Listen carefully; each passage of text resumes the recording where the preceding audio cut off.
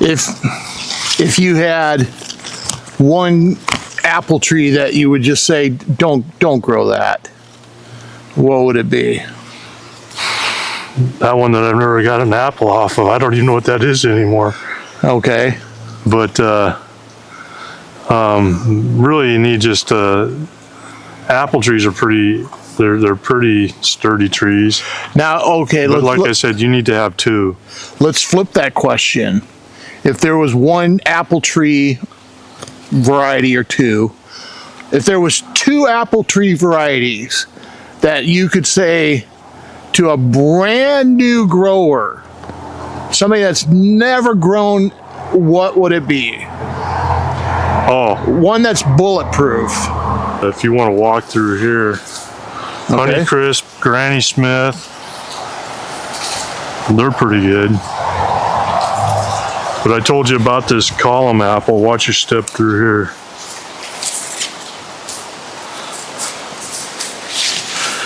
Because there's really not much pruning to do with these.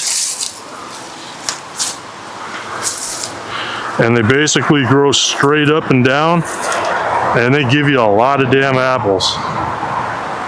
Now this is a very small tree. Yep. And a very small footprint. And it doesn't spread. Loaded with apples. Yeah, it doesn't spread out. It's a Columnar apple. And basically it just grows pretty much straight up and down until you get a shitload of apples on there. Now what? And I've gotten apples off of this tree every year. How would you rate the quality of the apple? They're pretty good. Is it a good eating apple? Is it a good? Oh yeah, it's an eating apple. Pie apple. It's a good pie apple. It's basically kind of a mid-range apple. Okay. And it's not bad. And there's a couple different varieties within that column apple. Okay. I honestly think that it's the way that these apples are probably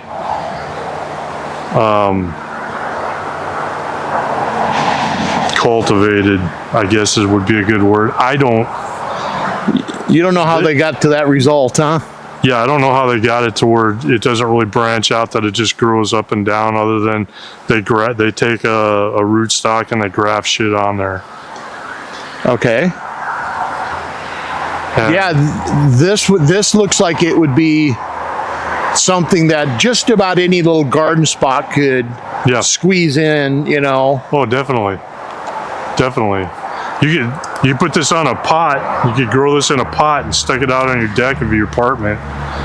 Keep some water in it, keep it fertilized, and every year come out and just kind of trim off so it doesn't get really tall like this one's getting.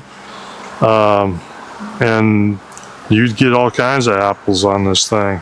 I'm amazed how many apples are actually on this here thing. How big do the apples get?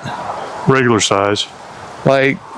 Like a red delicious or whatever they call them? They'll get regular size apples. Okay. Off of this. Okay. And when does this ripen up?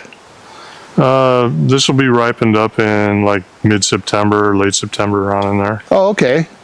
So it's a little bit later season apple? Well, most of your apples in Western Washington are later season. None of these apples, these will all be mid-September, mid to late September. All of these apples will be that. These will all be nice red apples. These will be red apples as well. Which of your trees, which variety starts coming in first? Gala. Gala? Yeah. But early like September or mid-September or? Oh, you're talking about harvest? I'm talking harvest, yeah. Oh, yeah, Gala will be ready about mid-September. They're all going to be ready about mid-September. Okay. Because I like I said, you have to have 2 apple trees, and they all have to be, and they need to be able to cross-pollinate. So you want them to be flowering at the same time, and if they flower at the same time, you're going to be harvesting around the same time as well. Okay. That's where. Yeah, this is a cool tree. Yeah, but I can see next year where I'm going to be really knocking that down a lot next year. Well, it's getting pretty tall. It'd be too tall for me. It's getting tall. And I sure as hell ain't climbing up on ladders anymore. Yeah. So I'll probably knock it down. I'll probably take 3 or 4 feet off the top of that. And you can see it's the weight. It's kind of pushing the tree out and stuff. Yeah.